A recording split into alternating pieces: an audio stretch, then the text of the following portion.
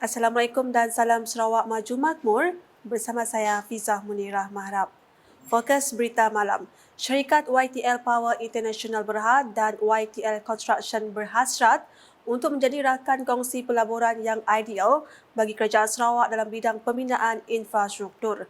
Pengarah urusannya, Datuk Yeo Siok Hong memberitahu Sarawak berada pada landasan yang kukuh untuk mencapai pembangunan mampan, lebih-lebih lagi sekiranya sektor pembinaan dipertingkatkan ke era digital. Ke arah itu, menurut beliau, YTL committed untuk menggabungkan kepakaran mereka dalam usaha tenaga hijau, pusat data kuasa tenaga hijau dan pembangunan komersial untuk memberi manfaat kepada negeri ini. Of course, very keen to, under the leadership of YB Premier, that on the green energy segment, we are looking forward to seeing what are the possibilities of our investment in this state. Beliau berkata demikian ketika ditemui media selepas selesai melakukan kunjungan hormat terhadap Premier Sarawak, Datuk Patinggi Tan Sri Dr. Abang Abdul Rahman Zuhari Tun Datuk Bang Openg di Wisma Bapa Malaysia pada Rabu. Turut sama dalam kunjungan tersebut ialah Pengurus Besar Perbadanan Pembangunan Ekonomi Sarawak SEDC, Datuk Abdul Hadi Datuk Abdul Kadir, Ketua Eksekutif Negara Bureau Veritas Malaysia dan Sarawak, Datuk Muhammad Nizam Abdul Malik serta beberapa kenamaan yang lain. Pertemuan kira-kira sejam itu menggariskan keutamaan pelaburan yang memberi tumpuan kepada kelestarian dan manfaat jangka panjang bagi rakyat Sarawak.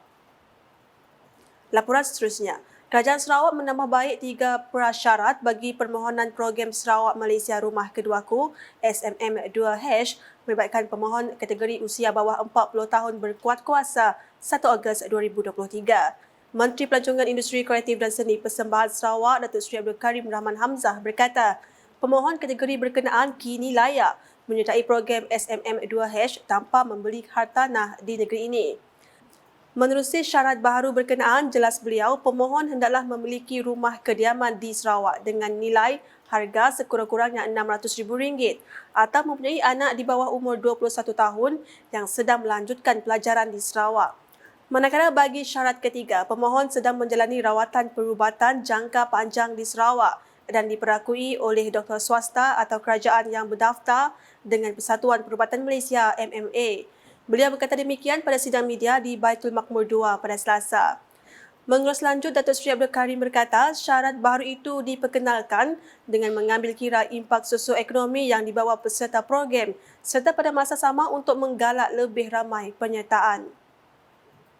Selanjutnya, seramai 400 atlet dari seluruh Malaysia yang dibahagikan kepada 8 zon berentap dalam kejohanan sukan Hari Muzium Antarabangsa yang diadakan dari 1 hingga 2 Ogos 2023. Daripada jumlah tersebut, zon Sarawak selaku tuan rumah diwakili 71 orang atlet yang bertanding dalam 9 acara iaitu bola sepak, badminton, memanah congkak, dart, sepak takraw, regu, pingpong, carom dan menyumpit.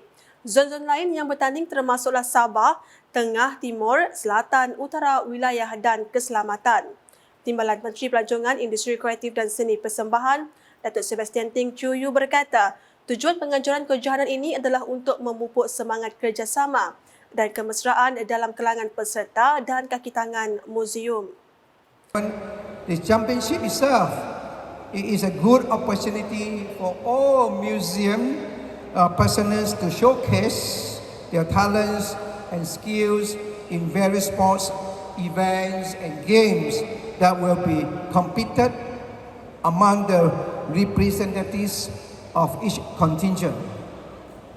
Beliau berkata demikian semasa merasmikan kejohanan sukan sempena Hari Muzium Antarabangsa di Kuching pada Rabu. Tambah beliau lagi, penglibatan seseorang dalam bidang sukan bukan saja membolehkan mereka kekal sihat tubuh badan, malah mengekalkan kesihatan mental. Justru beliau berharap agar semua atlet yang bertanding dapat memberikan persaingan yang sihat serta mempamerkan semangat kesukanan yang tinggi. Seterusnya, kerajaan negeri telah meluluskan 5 projek transformasi luar bandar RTP di Dewan Undangan Negeri Dun Meradong. Antara projek yang diluluskan ialah menaik taraf prasarana SJKC Ming Chiang iaitu meratakan tapak tanah sekolah dengan kos RM100,000, menaik taraf Jalan Utama Tuang, Kelupu dan Jambatan Jalan Paku Sungai Tulai juga dengan kos RM100,000, menaik taraf prasarana SMK Tong Hua untuk tar jalan utama sekolah dan tempat letak kenderaan dengan kos RM60,000. Turut diluluskan ialah projek menaik taraf prasarana Jambatan Kebun Rumah Ujit, Sungai Rayah dan menaik taraf prasarana Perparitan Rumah Nyandang, Ulus Trust dengan kos masing-masing berjumlah RM50,000. Dalam hal itu, Ahli Dewan Undangan Negeri Adun Meradong, Datuk Ding Kuang Hing, turun padang bagi meninjau tapak projek berkenaan pada Isnin. Datuk Ding dalam pada itu berharap proses pelaksanaan kesemua projek akan dipercepatkan dan mengikut komponen yang telah dicadangkan. Ke perkembangan berikut, Majlis menandatangani Memorandum Kerjasama MOC antara Universiti Teknologi Mara UiTM dan Pustaka Negeri Sarawak merupakan detik bersejarah antara kedua-dua belah pihak dalam menggalakkan aktiviti secara bersama seperti kerjasama akademik, penyelidikan dan intelektual. Menurut Rektor UiTM Cawangan Sarawak, Profesor Datuk Dr. Jamil Hamali, majlis tersebut sangat penting kepada kedua organisasi untuk melebarkan jaringan kerjasama strategik dalam melaksanakan pelbagai aktiviti, program dan perkongsian sumber. Kolaborasi ini juga dilihat merupakan salah satu inisiatif dan langkah proaktif UiTM Cawangan Sarawak sebagai perintis kepada pelan strategik UiTM 2025 ke arah menjadi universiti terkemuka dunia bagi menyokong pembentukan Malaysia Maju. Saya sedar bahawa untuk mencapai maklumat dan jalinan ini bukanlah sesuatu yang mudah. Namun jika kita semua berganding bahu, saling bekerjasama, ibarat ke bukit sama didaki, ke lurah sama dituruni, kita percaya tiada yang mustahil untuk dicapai.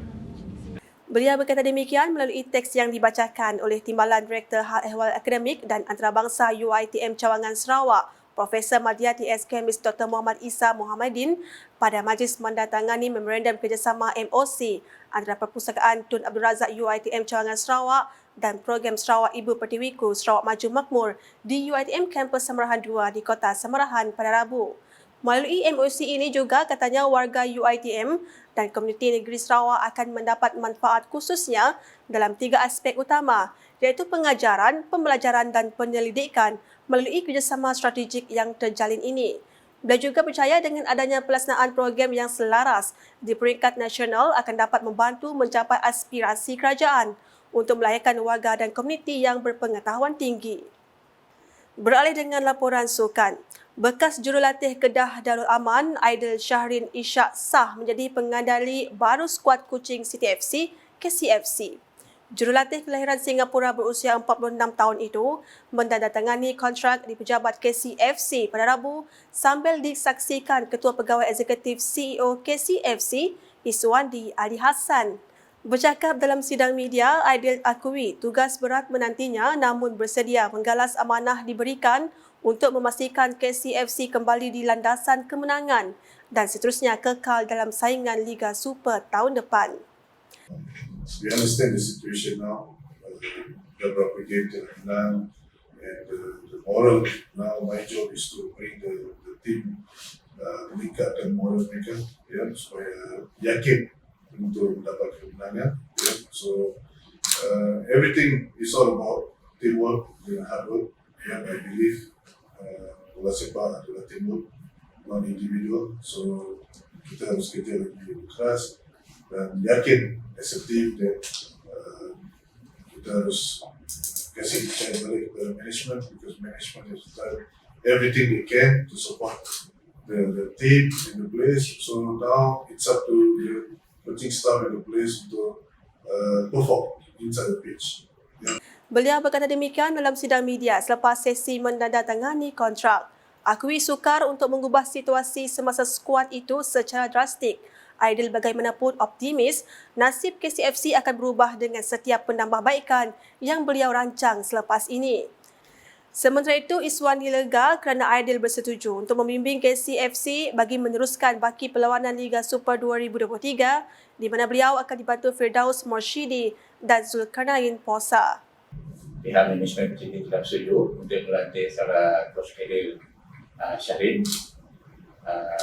yang berasal dari Singapura untuk membimbing pasukan Kuching City FC bagi baki perlawanan Liga Super dan juga Piala Malaysia.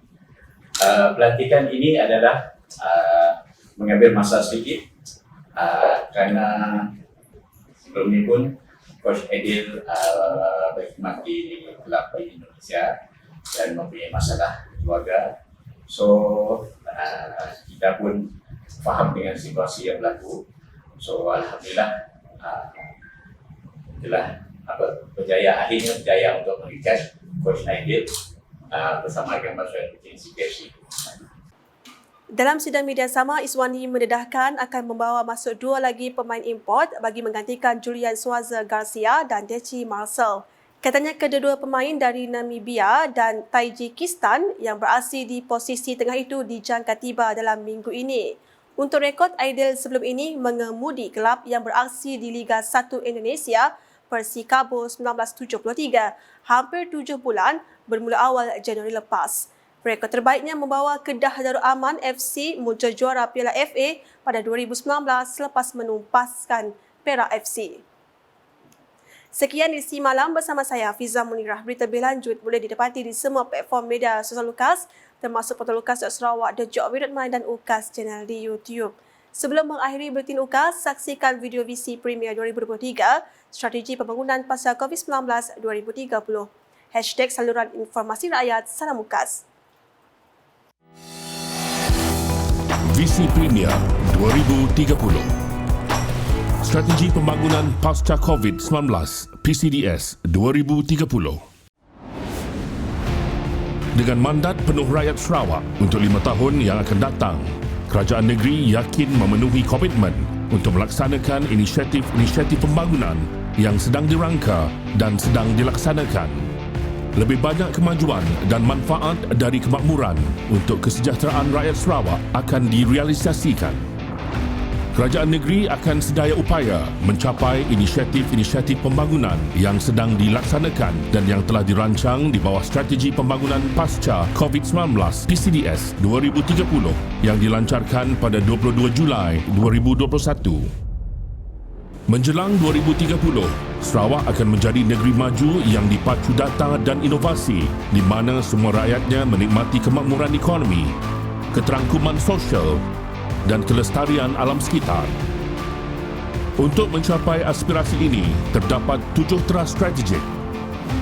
Mentransformasikan Sarawak ke arah ekonomi yang berdaya saing dengan meningkatkan tahap produktiviti, membangunkan lebih banyak aktiviti hiliran bernilai tinggi, meningkatkan kemudahan menjalankan perniagaan dan menjadikan Sarawak destinasi pelaburan pilihan, menumpukan perbelanjaan di kawasan yang paling menghasilkan impak ekonomi, sosial dan alam sekitar, mengoptimumkan penggunaan aset dan peruntukan kerajaan serta membangunkan modal insan untuk menyokong pembangunan sosioekonomi, mempercepat adaptasi digital dan penggunaan data untuk menjana pendapatan, memacu manfaat ekonomi dan sosial untuk semua rakyat Sarawak dengan memberi tumpuan kepada golongan miskin, menyeimbangkan kemajuan ekonomi dan kelestarian alam sekitar. Pelan transformasi ini akan menggariskan 6 sektor utama sebagai pemacu pertumbuhan, iaitu pembuatan, pertanian, pelancongan, perhutanan, pelombongan, perkhidmatan. Disokong oleh 7 pemboleh, iaitu transformasi digital, inovasi, pendidikan dan pembangunan modal insan, kemudahan asas, utility, pengangkutan, tenaga boleh diperbaharui. Aspirasi Sarawak ke arah negeri maju dan berpendapatan tinggi akan dilaksanakan di bawah RMK 12 2021 hingga 2025 dan RMK 13 2026 hingga 2030. Di bawah RMK 12, fokus utama ialah untuk melengkapkan projek kemudahan asas sebagai platform untuk mendorong pembangunan ekonomi.